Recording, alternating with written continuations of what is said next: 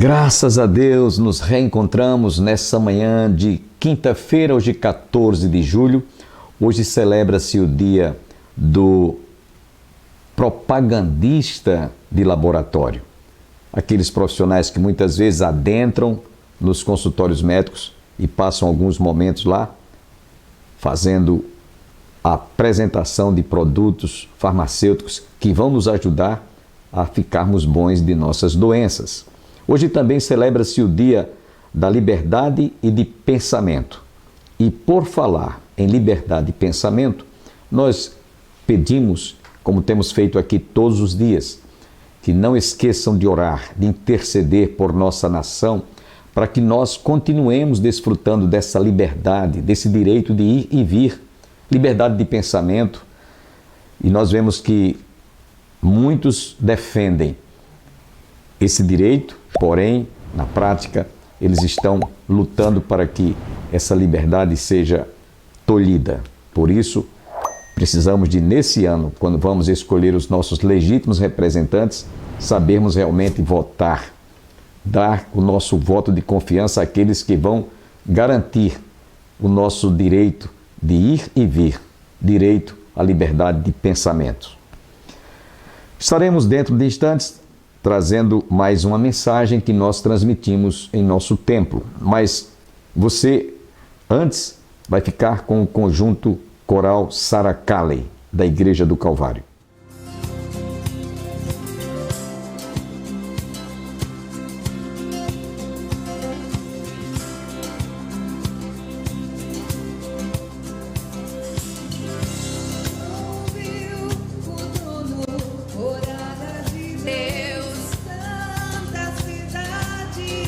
Jerusalém, sua luz brilhava como um cristal. Tanta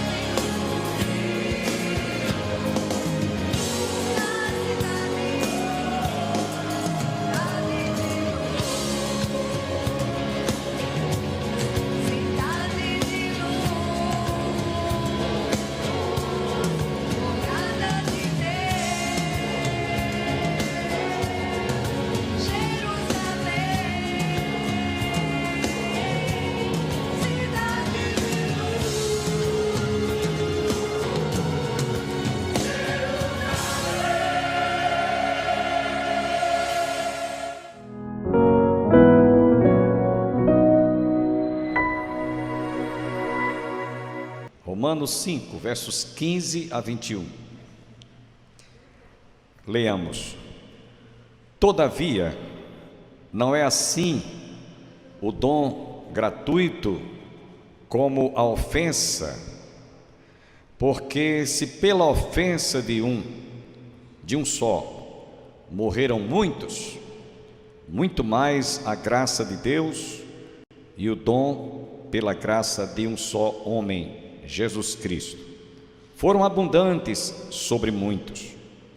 O dom, entretanto, não é como no caso em que somente um pecou, porque o julgamento derivou de uma só ofensa para a condenação, mas a graça transcorre de muitas ofensas para a justificação.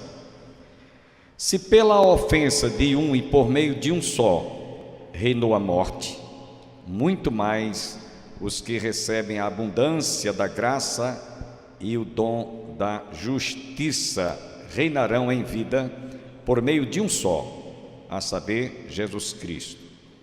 Pois, assim como por uma só ofensa veio o juízo sobre todos os homens para a condenação, assim também, por um só ato de justiça veio a graça sobre todos os homens para a justificação que dá vida. Porque como pela desobediência de um só homem muitos se tornaram pecadores, assim também por meio da obediência de um só, muitos se tornarão justos. Sobreveio a lei para que avultasse a ofensa, mas onde abundou o pecado, superabundou a graça, a fim de que, como o pecado reinou pela morte, assim também reinasse a graça pela justiça para a vida eterna, mediante Jesus Cristo nosso Senhor. Amém? Podem sentar. Meus irmãos, eu quero me dirigir aos que estão em casa. Algumas pessoas estão muito acostumadas a participarem de cultos, transmissão online, onde você vê a maneira litúrgica, a liturgia do culto que se presta é mais de oferecer benesses. Quem quer melhorar de vida, quem quer sair do sufoco, quem quer salvar o casamento, quem quer ter uma vida mais folgada. Então, eles estão ali fazendo esse tipo de propagação religiosa, de propaganda religiosa, digo, mas com o intuito de trazer as pessoas, ou aproximar as pessoas do Evangelho, mas pelas coisas.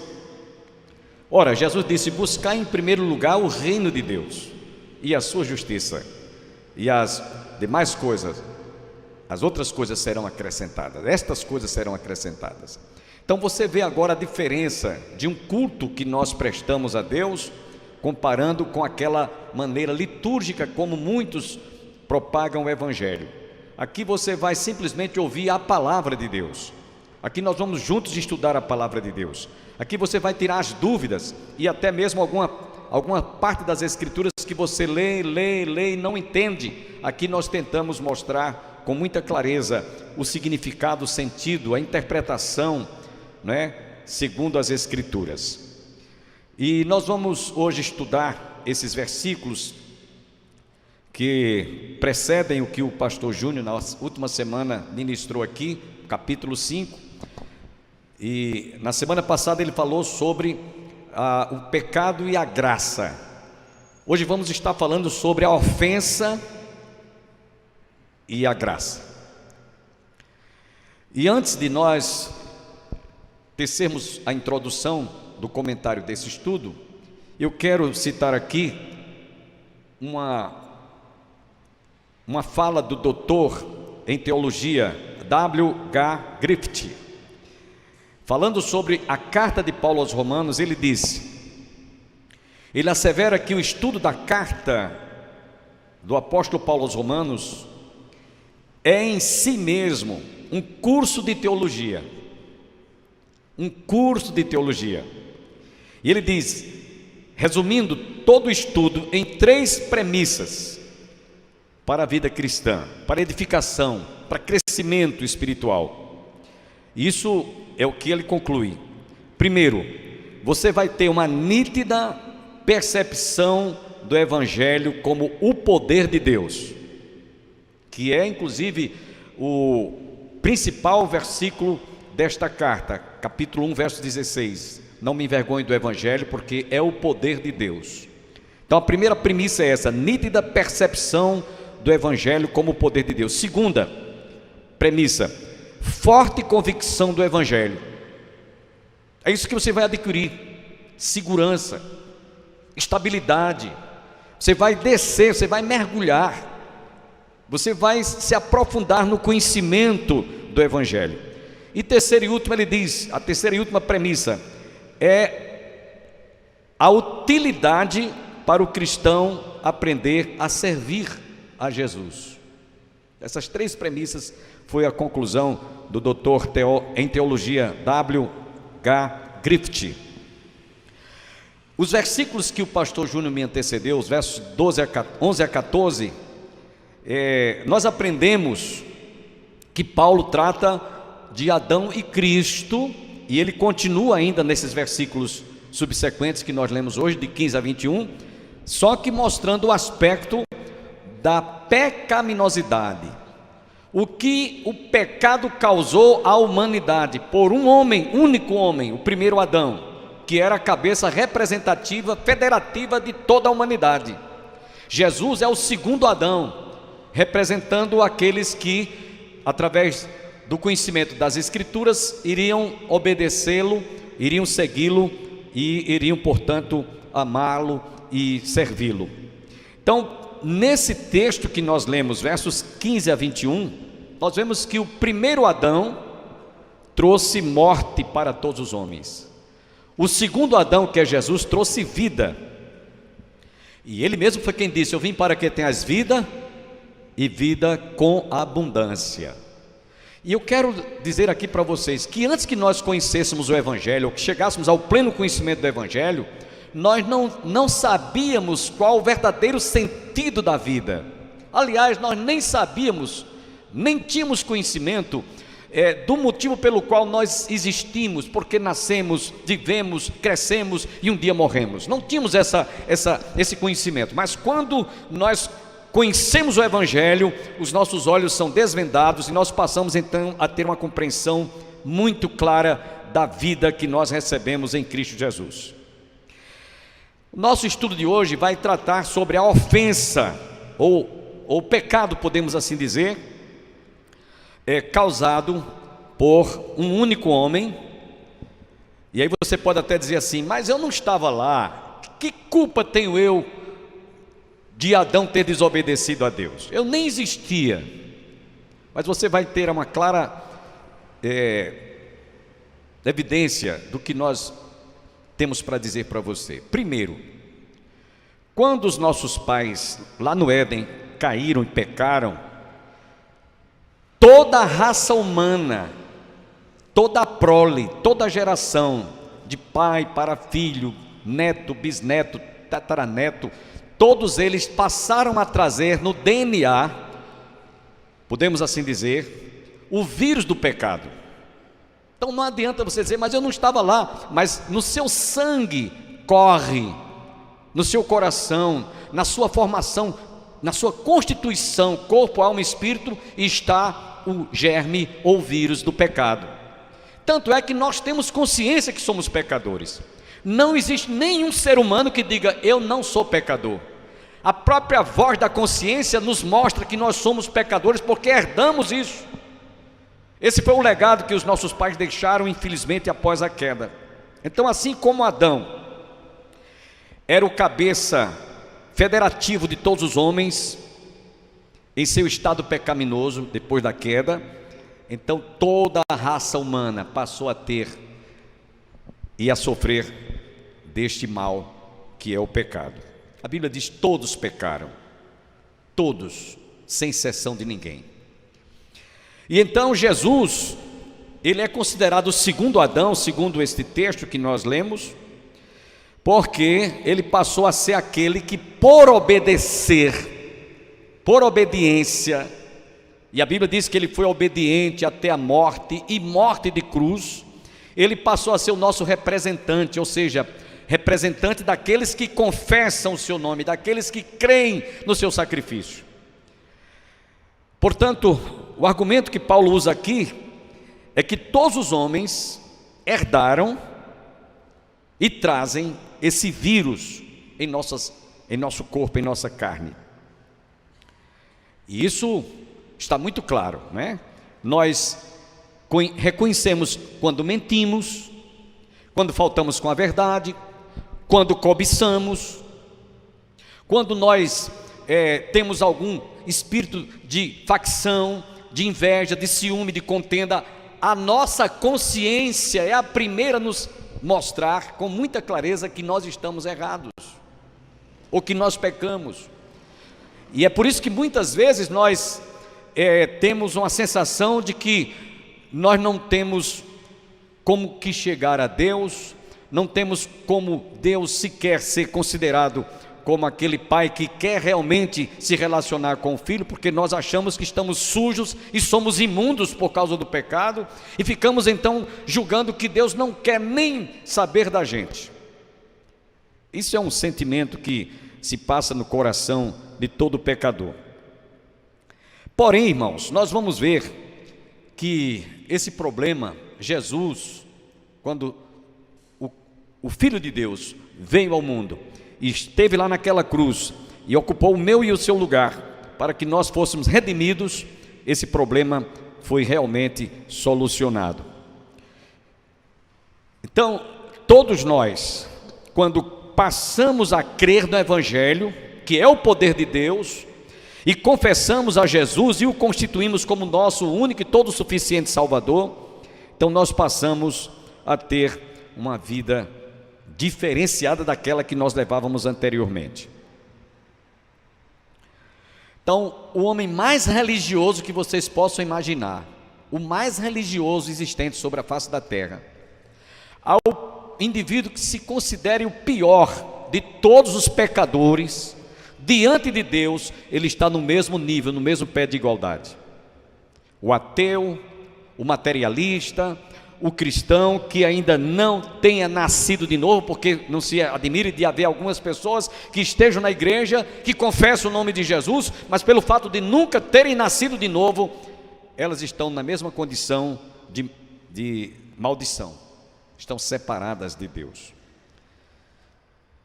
E é preciso que alguns que assim se comportem, procurem realmente ter um encontro pessoal com Jesus, se convertam dos seus maus caminhos, arrependam-se dos seus pecados e venham para Jesus. Então a consciência pecaminosa está na mente, no coração de cada um de nós, nos acusando de que somos pecadores.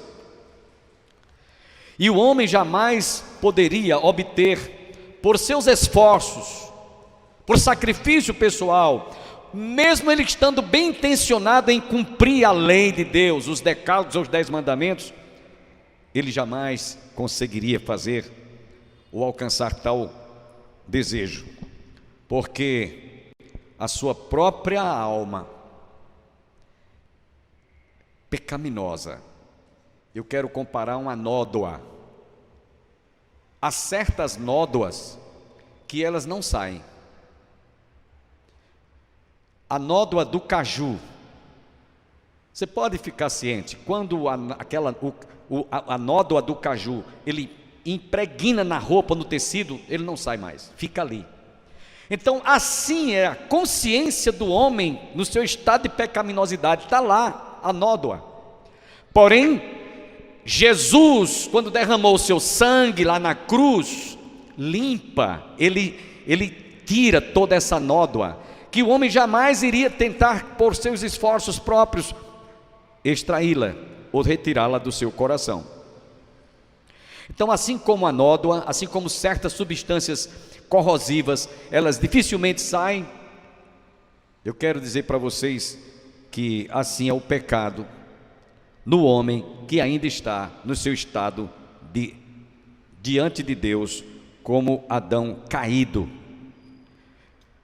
Daí porque Paulo argumenta que tinha que haver uma intervenção divina, Tinha que haver uma intervenção divina.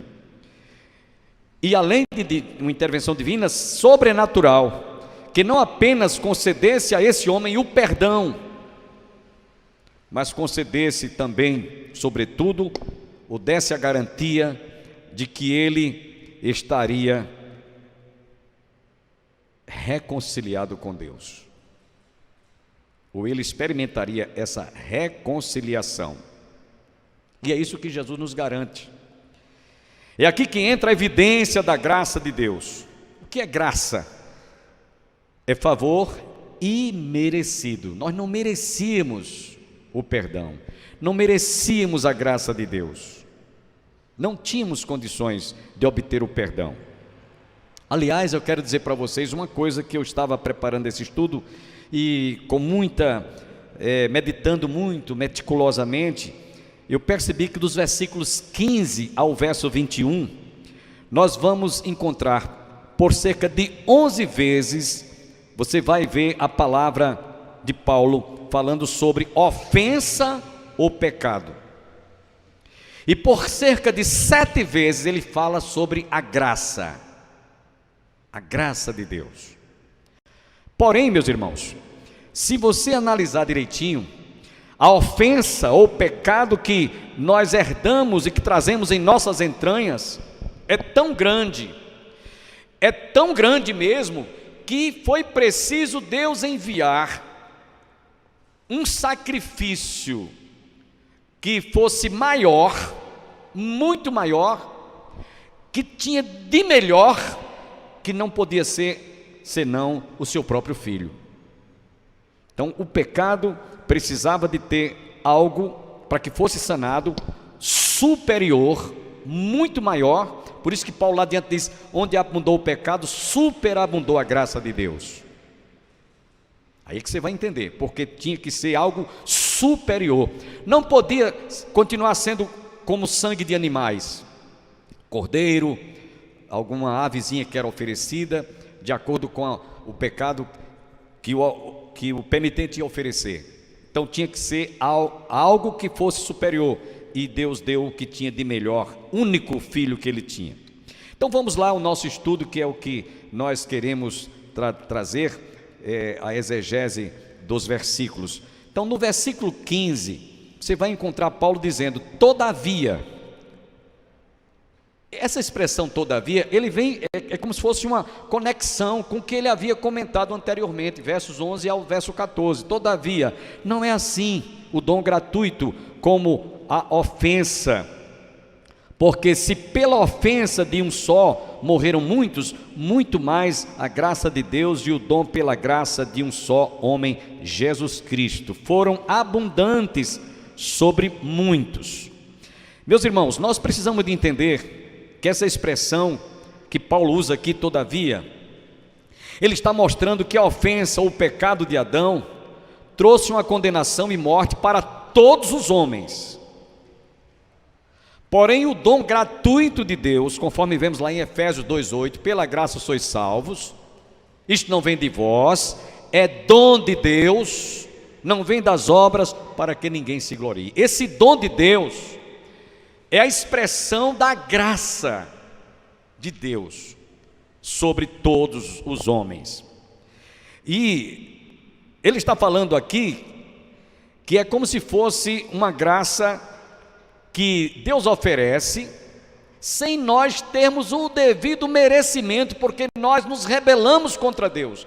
E quero dizer uma coisa para você: aqueles que ainda não nasceram de novo, aqueles que ainda não se tornaram novas criaturas, aqueles que não conhecem Jesus, eles odeiam a Deus. Pastor, o senhor não está equivocado, não? Não. Por que odeiam a Deus? Porque eles não querem saber de Deus. Vocês já pensaram quando um rapaz se enamora de uma moça, ou uma moça se enamora de um rapaz, eles se amam? O desejo dele está perto da moça, está próximo do rapaz, e não vê a hora de um dia se casarem, estarem juntos e viverem até que a morte os separe. Quando ele odeia, ou quando ele não gosta, ele se afasta, ele não quer conversa. E é assim que o pecador se relaciona com Deus. Ele não quer conversa com Deus, ele não quer se aproximar de Deus.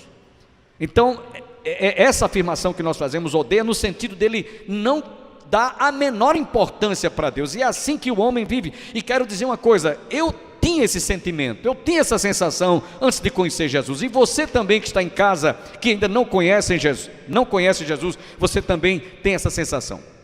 Você não quer conversa com Deus, você não quer se aproximar de Deus. É como dissemos, o ódio. Quando os nossos pais pecaram, o que foi que aconteceu com eles? Adão e Eva, lá no jardim do Éden, eles se esconderam entre as folhagens. Na viração do dia, quando Deus veio ao encontro deles, o Senhor perguntou a Adão, aonde estás? Que ele estava fugindo da presença de Deus. Ele não queria mais conversa com Deus. Ele estava, diante do pecado, estava totalmente despido, né? A nudez estava ali exposta. É por isso que Deus foi ao seu encontro. É assim que Deus faz quando o pecador vem ou se encontra na condição de arrependido, contrito. Ele vem ao encontro daqueles pelos quais ele derramou o seu sangue, Jesus. Então essa graça de Deus foi para muitos, ou todos, que foram condenados pela morte, pelo pecado. Aí você pode até dizer, então pastor, são todos e são muitos. Foi por todos que Jesus morreu. E pelos muitos, como Paulo diz aqui no versículo 15, que eu li para vocês. É muito claro o texto. Ele diz, todavia não é assim, o dom gratuito como a ofensa, que se pela ofensa de um só morreram muitos, muito mais a graça de Deus e o dom pela graça de um só homem, Jesus Cristo, foram abundantes sobre muitos. Por quê? Esses muitos, irmãos, são todos, porém, aqueles que reconhecem, aqueles que param para pensar, eu estava perdido, eu não merecia a salvação, mas graças ao sacrifício que Jesus consumou na cruz do Calvário, eu posso obter o perdão e a reconciliação com Deus. Então essa graça, ela foi uma questão mais de Deus ter que fazer alguma coisa para que este homem viesse a voltar-se para Ele. E Ele o faz através de Jesus. Porque Jesus, meus irmãos, Ele veio realmente buscar e salvar o que estava perdido. E por isso que Paulo diz aqui, mas aprove a Deus alcançar a muitos.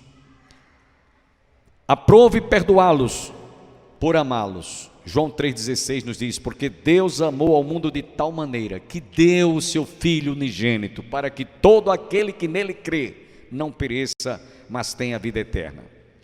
Então a graça de Deus cobre e transborda sobre todas as ofensas de todo aquele que vem a Ele.